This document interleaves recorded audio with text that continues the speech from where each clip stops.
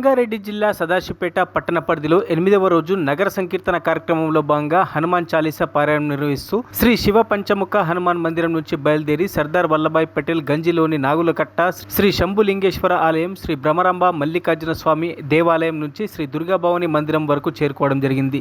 ఈ నగర సంకీర్తనలో అధిక సంఖ్యలో భక్తులు పాల్గొన్నారు.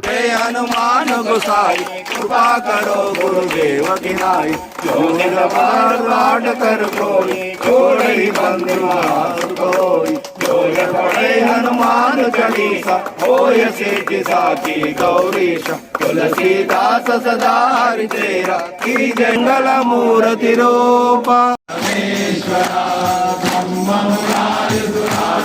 लिंगम निर्मल भाषित शोभित लिंगम जन्मजरुक्त विनाशक लिंगम प्रणमामि सदा शिवलिंगम निर्ममुनि प्रवरासित लिंगम